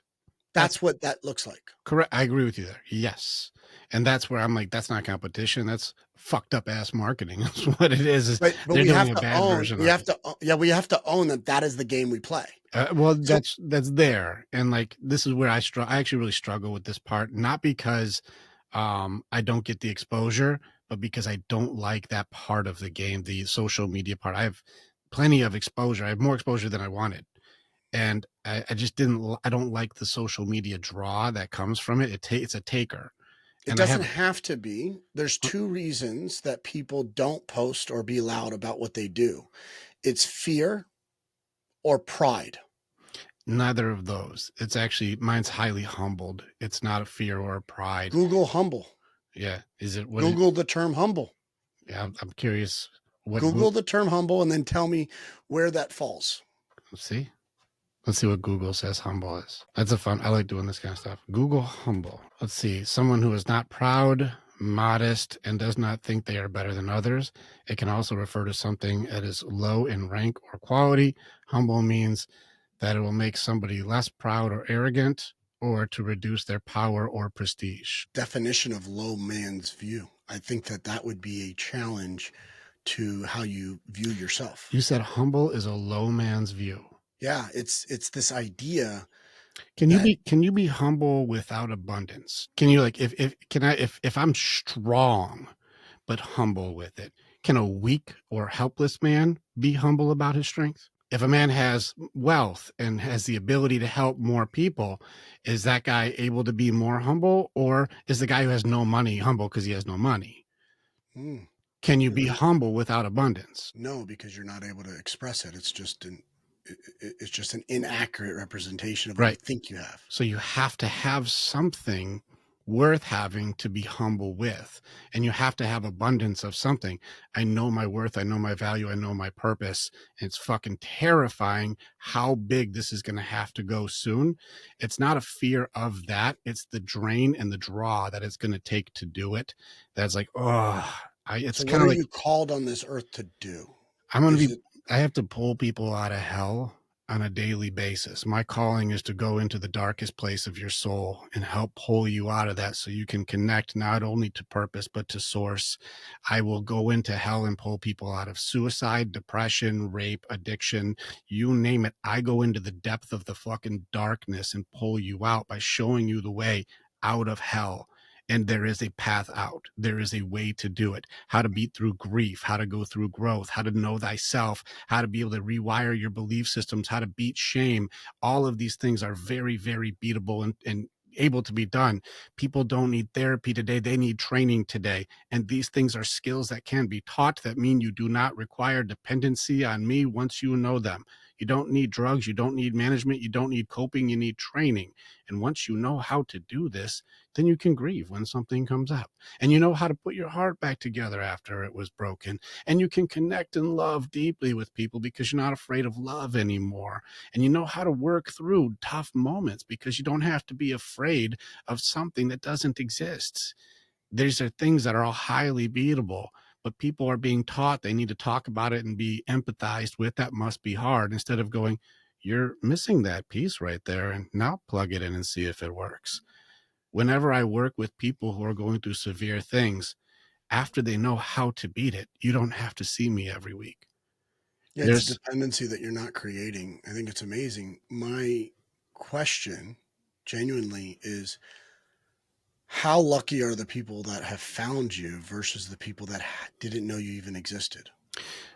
They would say extremely lucky. I have an army of guys who are doing outreach right now because now it's time to go out there in the front. We didn't have the infrastructure to handle what needed to be done. I had to Yeah, so rebuild those people everything. are super lucky, right? Like the people that like met you versus the other alternatives, they got super lucky. Yeah, You know how deep and dark it could be for somebody that doesn't know that that's an option, or correct. that has been told that this is actually a disease that they have to live with, and that it's a label that will never be taken off of their chest.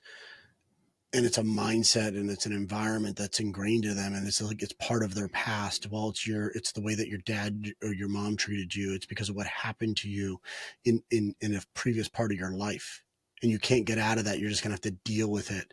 And then here's how we're gonna medicate, and here's how we're gonna talk through it. And then this is the 10-step program that you're going to go through. And then we're all going to have a consistent relapsing ability. It's not a matter of, are you done with addiction? It's a matter of, have you relapsed again? And if people that have gone through that process because they didn't know you existed, have you not failed that opportunity to be bigger and well known, to be able to be recognized as someone is saying, hey, there's a way out of this, and it doesn't need to be through me. It's actually the work that you need to do. But I need to give you the opportunity to see it so that you could reach your hand out and get some help. And I will be there. Or I'll throw you a life raft. You just got to grab onto the rope. You're right. There's stages to this. And just like you said, if you start off in the pros, it'll fuck you up. Like, and so that's what it was, is Sure. I had to grind from level one to level Mm, where I'm at right now. And I've had to fail forward in everything. You know what the worst thing that happened when I first started? I was highly successful. mm, I got fucked up because I had so many people come in at once that I couldn't handle the influx. of I course. couldn't be there, everybody. That's what happens when there's a service Hmm.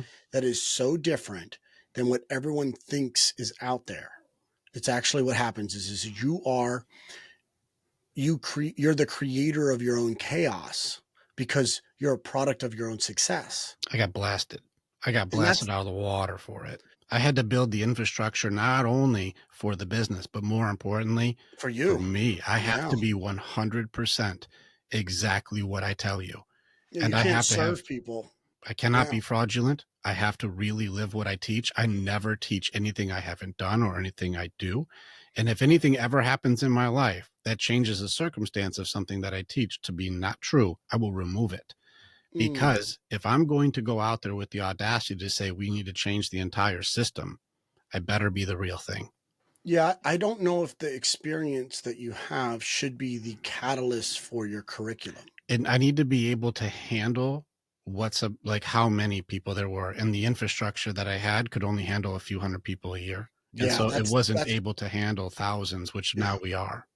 Yeah. And I hope that you hear what I'm saying regarding You're not wrong. I the hear what you're curriculum saying. part. Yeah. You The curriculum part, though. I don't want your personal experiences to be the only catalyst for your curriculum, because I don't coach anything that I've actually accomplished. I'm not the fastest man in the world, but I've trained them. I'm not, I'm not the best fighter in the world, but I've trained them. I'm not the best football player in the world, but I've trained them. And I know what the mechanics are to go through that to be successful, but I've never done it. There's only a couple areas that I've gone in and done those fights with people, but never experienced. And it's usually through sexual trauma is the ones where I haven't, that's the only ones I haven't lived those ones. They're But expressed in other same patterns that you have awareness on, though. correct. And I there's would say I that. know, I know the system and method, and I'll go into hell with you to fight it. Hmm. And so that's a different thing. The only reason I bring this up is I am actually very much agreeing with you. There is no disagreement. I actually agree. You are correct, but I had the success in that, and I wasn't able to manage the infrastructure of it. And that actually leaves people hanging more. And it actually, I can't get to everybody. I couldn't get to everybody. Like it Yeah, we actually, see this a lot. Yeah, we I, see this a lot where businesses that are really good at, like, they care, like people that care mhm. have one problem, which is they stop selling the minute that service diminishes. So if you are taking on more people and then your quality of product serving your population goes down, you sabotage the selling part of your business so that you could focus on the service. So it's really important, because of your deep level of interest in serving the right way, that you button up deliverability of whatever the product is. Then you go back to sell. Here's the one challenge that I would give anyone listen to this. You sell and then you serve, but you never stop seeding. Plant seeds no matter what, even if you don't need to sell to them. That's good. And agreed. That's good. I just I needed more farmland to plant more seeds. Yeah, That's what yeah. I needed. When things are, the pot has to be big enough to hold everybody's dream. That's what I ran into. Is I had a shot glass, and I'm like, we're gonna need a bigger pot. And that's cool, though. Like, how exciting is that? Because that, Yes. what that tells you is that the roots of your work has grown into the sidewalls. Way past it, blew it up. So you're not wrong. And there's a lot of challenges with this too. And even like this lust one where you talked about like the approval or the passion or trying to get somebody or having somebody's desire and things. These elements have to be outgrown. These things had to be pushed out of my equation. This is why I was really glad that you were like, this is for the young men. Yeah. This is not for like, there's a maturity on these where I was like, this is good that you did that. I'm actually highly honored that you did that. Yeah, the You know, difference is what you were presenting post that conversation is wisdom. That's different. What you're giving to young men is situational. So the current situation that they're in is focused on a demographic that's the part of their life right now. If they don't do that, they're missing the fundamentals. yeah, But you're not going to be able to take that and grow with that. That is a gap. That is the bridge that is built during the stage that somebody's in to get from point A to point B. That is where they are. And the reason why this book was specifically focused on that demographic is because the depth of that work was specifically designated to a time in people's life. that's wise. It's very good for. I really actually really am glad that you clarified it because it also gives you so much room for the next book. Yeah, I wanted to make sure that it wasn't being negligent, because if it gets pushed out to people at all walks of life, that is very, very incomplete information. In incomplete information done with human performance at the psychology level is dangerous. Can be very dangerous. Yes. So I would much prefer to designate the time in someone's life. And if you're in this place, if you are not happy with your athletic goals in the stage of life that you're in, 14 to 17, that's a sweet spot for you. Yes. And If it resonates with you at 35, we got some you issues. took a long time to man up. Yeah. That's a different conversation. So just so a lot of people will be like, oh yeah, this was great. Thanks, man. What was fascinating is, do you know who thought it was great that are 35 and 45-year-olds? They thought it was great. They were thinking to themselves and they were going back and go like, my God, the world right now needs this book because I'm dealing with a bunch of kids, but they're adults and they're my friends. This is a great book because that's where they are. And the people that it connected with that are 35 and 45 are men that are like, this is actually great with the current audience that I'm living in. Because in the state of America right now, There's a this is pretty maturity rough. there's a maturity issue where guys have had an adolescent postponement where they're in their 20s still acting like they're 18. They're in their 30s acting like they're 22, and you're like, what's going on here, guys? A lot of failure to launch. A lot of guys who are like in their 30s still living at home. A lot of stuff. It's like, whoa, what's going on here, guys? This used to be like you had your own family, your own world by now. What's going on? And I think that that's a good point that you made. Where like there's a big audience, and the gap is getting unfortunately too big, as far as like, hey guys, you're not supposed to be 35 starting at the 17-year-old level. What just happened? You doubled your life here, and you missed a whole window there. What happened? There's a good point there.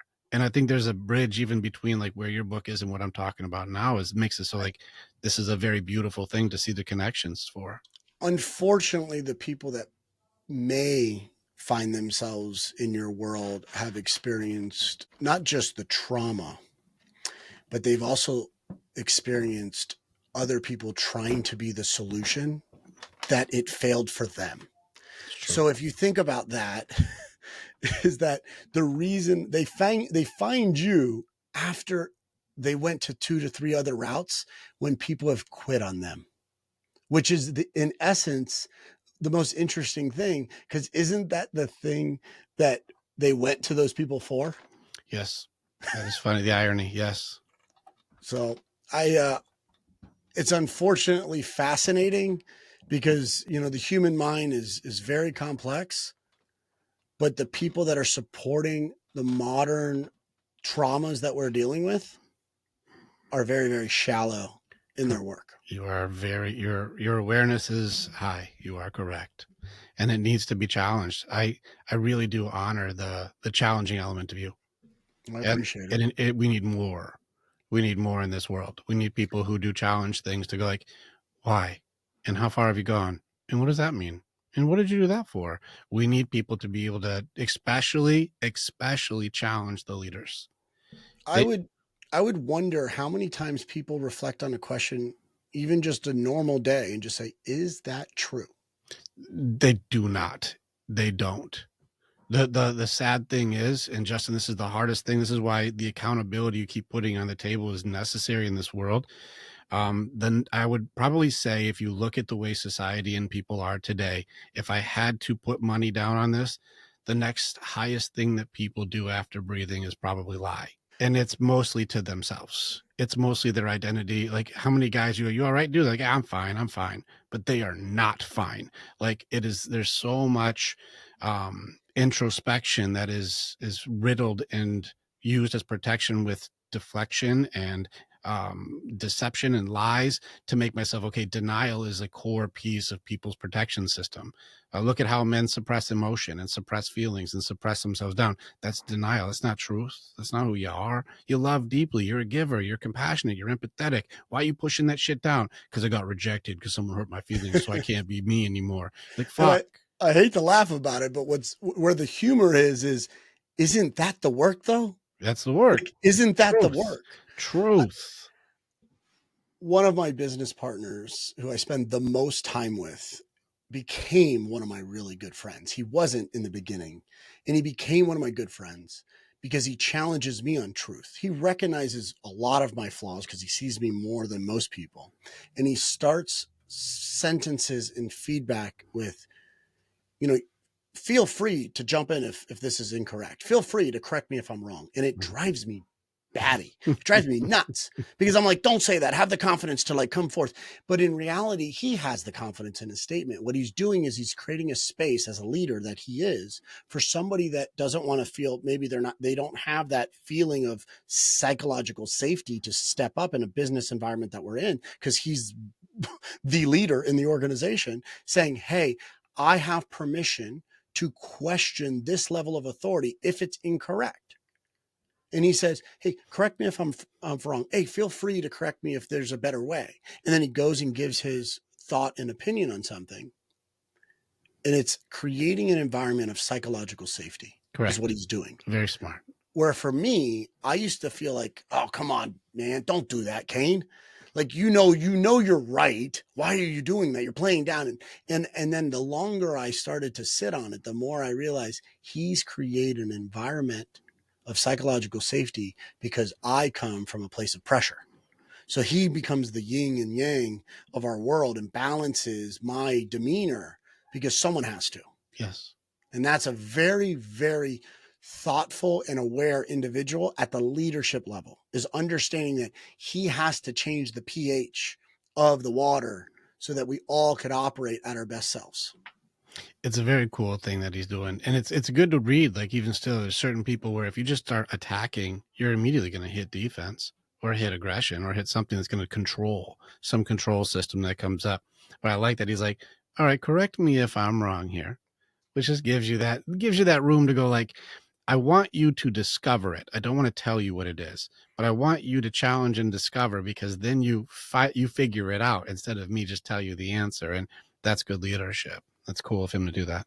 Yeah, it's been fun to be in an environment where the partners and the people in the company are all trying to help everyone else in the company grow as leaders. Yes. Because the law of the lid is very real. The law of the lid is real. Like, if you put people in an environment that, just like you talked about, the chickens and eagles, like, you will suppress their development. And you need to have other people that say, hey, it's okay to have this feeling. Yeah. It's not okay to stay here, though. There's a method to the healing here. There's something you're meant to do that from learning from this. You're not supposed to be identified as a thing that fucked up. You're supposed to learn from it and then be the guy who teaches how to not fuck that up. That's cool. This has been great. Thank you so much. Yeah, you have fun?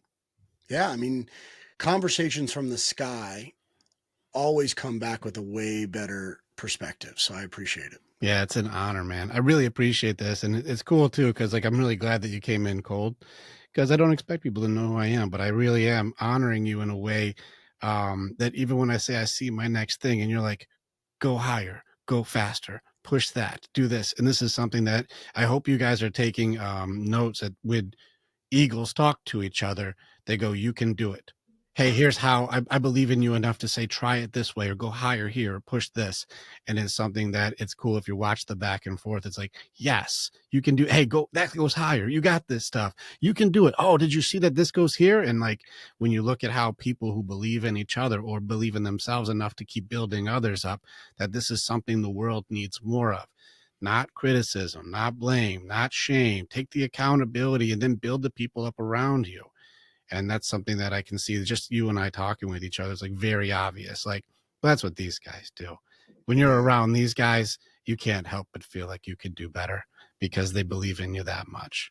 Yeah, everyone has their weapons and you have to choose it, which is really cool. I'm a big sword guy, so I appreciate the blade, but this was a really cool, this is one of my good gifts. I got to bring that with it for the meeting, right? That thing's awesome.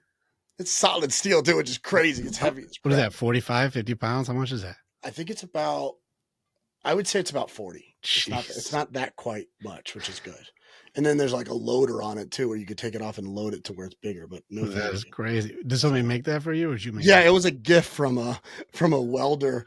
He went to our mastermind in Vegas, like 2018, I believe, and he's built these for some amazing people, and he kind of customizes them, and he put my family crest on it, which is really cool. And did you name it? Hey, you know, Mjolnir has his name, like for Thor. What's your hammer's name?